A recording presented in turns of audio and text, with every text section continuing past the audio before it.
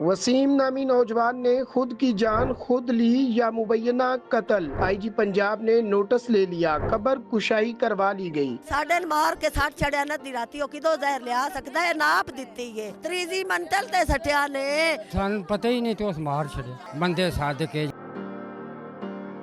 ये वसीम नामी शख्स है जिसको मुबैना तौर पर कत्ल किया गया। सबसे पहले उसका जो वायरल हुआ कि उसने खुदकुशी की है गोलियां खाकर, जबकि सोशल मीडिया पे एक तूफ़ान बपा हुआ जिसमें बताया गया कि उसे कत्ल किया गया है। पुलिस जो सिटी थाना हफ्जाबाद है उन्होंने इस पर इनिशिएटिव स्टेप लेते हुए अपनी मुद्दत में FIR का अंदराज किया और आज उसकी जो है वो कब्र कुशाई जारी है। हमारे साथ रहिएगा, हम आपको जो फैमिली है वसीम की उससे भी मिलवाएंगे और उनसे भी बात करवाएंगे, जानने की कोशिश करेंगे कि उनके क्या मौक़िफ़ है। पहले जब उसकी डेथ हुई तब उस फैमिली ने इनकार किया था कि हम उसका पोस्टमार्टम नहीं करवाएंगे, जबकि ये पुलिस ने अपनी मुद्दत में इसीलिए FIR दी कि वो FIR नहीं करवाना चाहते थे। सोशल मीडिया पे एक जो है वो वीडियोस वायरल हुई जिस पर पुलिस ने अपनी मुद्दत में मुकदमा दर्ज किया और पहले जिसे खुदकशी कहा जा रहा था उसे मुबैना तौर पर कत्ल जो है वो गर्दाना गया और कत्ल की FIR दर्ज हुई। हमारे साथ रहिएगा, उस फैमिली से आपकी बात करवाते हैं। मेरे पुत्र नूं इंसाफ चाहिए, मेरे पुत्र नूं इंसाफ चाहिए। वे मां मर गई दिया बच्चा ਅਸੀਂ ਬਰਬਾਦ ਹੋ ਗਏ। ਡੱਕ ਲਿਆ ਨੇ ਅਸੀਂ ਕਿਹੜਾ ਇਹ ਹੋਰ ਮੰਗਨੇ ਆ, ਅਸੀਂ गरीब इंसाफ मंगने आ। बच्चे का नाना मेरे साथ मौजूद है, इनसे बात करते हैं। सन इंसाफ चाहिए जी, सन इंसाफ। ਅਸੀਂ गरीब बंदे आ, ਕੀ ਹੋਇਆ, ਕੀ ਮਾਮਲਾ ਕੀ ਹੋਇਆ? ਕੁਝ ਵੀ ਨਹੀਂ ਹੋਇਆ। ਉੱਥੇ ਛੱਡਿਆ ਆ 6-5 ਮਹੀਨੇ ਰਿਹਾ ਨੌਕਰੀ ਦਿੰਦਾ ਤੇ ਖੀਰੀ ਕੀ ਉਹ ਸਾਨੂੰ ਪਤਾ ਹੀ ਨਹੀਂ ਤੇ ਉਸ ਮਾਰ ਛੜੇ। ਕਿੰਨੇ ਮਾਰ? ਪੀਰ ਹੈ, ਪੀਰ ਨਜਮਨ ਨਾਮ ਸੀ। ਹਾਂ ਤੇ ਉਸ ਮਾਰ ਛੜੇ ਬੰਦੇ ਸਾਧ ਕੇ ਜਾਂ ਜਿਵੇਂ ਵੀ ਆਏ। थोड़ा हौसला करो, अल्लाह ताला उनकी आखिरी मंजिला आसान करे। ये होया कि इस तरह कोई पता नहीं, ਅਸੀਂ ਉਹ ਮੈਸੇਜ ਵੇਖ ਕੇ ਤੇ ਭੜਕ ਗਏ ਆ। ਮੈਨੂੰ ਬੜਾ ਕੁੱਟੀ, ਲੱਤਾਂ ਨਾ ਮਾਰਿਆ ਨੇ, ਚੜਨਾ ਨਾ ਨਾਕ ਨੂੰ ਬਰਾਬ ਰੱਖ।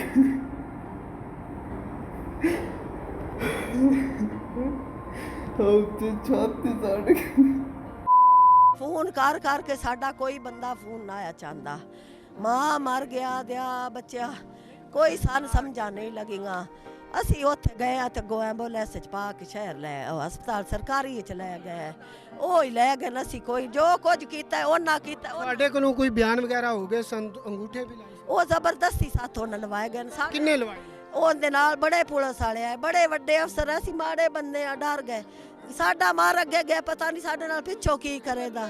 ਸਾਨੂੰ ਕੋਈ ਇਸ ਗੱਲ ਦਾ ਪਤਾ ਨਾ ਆ। ਤੇ ਰੱਖ ਕੇ ਲਵਾਉਂਦੇ ਰਹੇ ਨੇ। ਮੈਂ ਚੋਰ ਦੀ ਵਸੀਮ ਦੀ ਗੱਲ ਮੈਂ ਚੀਕ ਚੀਕ ਕਹਿੰਦੀ ਆ, ਸਾਨੂੰ ਬੱਚੇ ਦਾ ਇਨਸਾਫ ਚਾਹੀਦਾ। ਬੜਾ ਜੁਰਮ ਕੀਤਾ ਨੇ, ਬੜਾ ਜੁਰਮ ਕੀਤਾ ਨੇ, ਬੇਗੁਨਾਹ ਨੇ ਮਾਰਿਆ ਨੇ। ਇੱਕ ਸਾਡਾ ਚਾਹ ਕੇ ਲੈ ਗਏ ਨੇ, ਇੱਕ ਸਾਡਾ ਮਾਰ ਛੜਿਆ ਨੇ, ਇੱਕ ਉਹਨਾਂ ਦੇ ਕੋਲ ਹੈ। ਗਰੀਬ ਬੱਚੇ ਏਡੇ ਏਡੇ ਹੁੰਦੇ, ਮਾਸੂਮ ਬੱਚੇ ਨੇ। ਜਿਹਨੂੰ ਫੜ ਕੇ ਲੈ ਗਏ ਨੇ ਉਹ ਮਾਮਾ ਛੋੜਦਾ।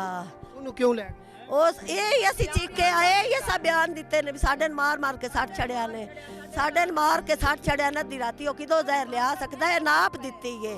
ਉਹ ਸੱਦੀ ਰਾਤੀ ਕਿਦੋਂ ਲਿਆਉਣੀ ਹੈ? ਕਾਰ ਕੋਟੜੀ ਜੋ ਸੱਟ ਛੜਿਆ ਨੇ, ਤਰੀਜੀ ਮੰਟਲ ਤੇ ਸੱਟਿਆ ਨੇ।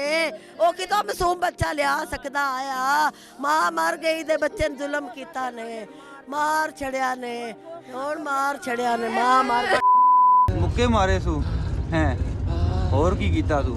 ਮੈਂ ਬੇਹੋਸ਼ ਹੋ ਗਿਆ। ਬੇਹੋਸ਼ ਹੋ ਗਿਆ ਹੈ?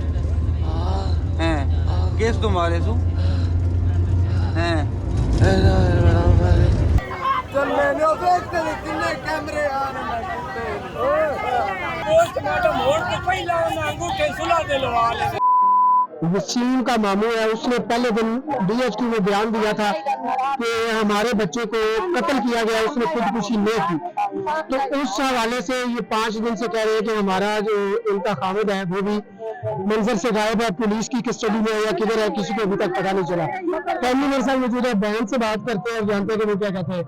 हाँ जी, तो लास्ट टाइम कभी अपना फाइनल कर लिया? मेरी जुमेरात ਨੂੰ ਗੱਲ ਹੋगी, जुमे ने मेरे भाई ਦਾ ਨੰਬਰ ਬੰਦ ਸੀ। मैं कॉल की है, मैं घर भी दसिया मेरे भाई ਦਾ ਨੰਬਰ क्यों बंद है।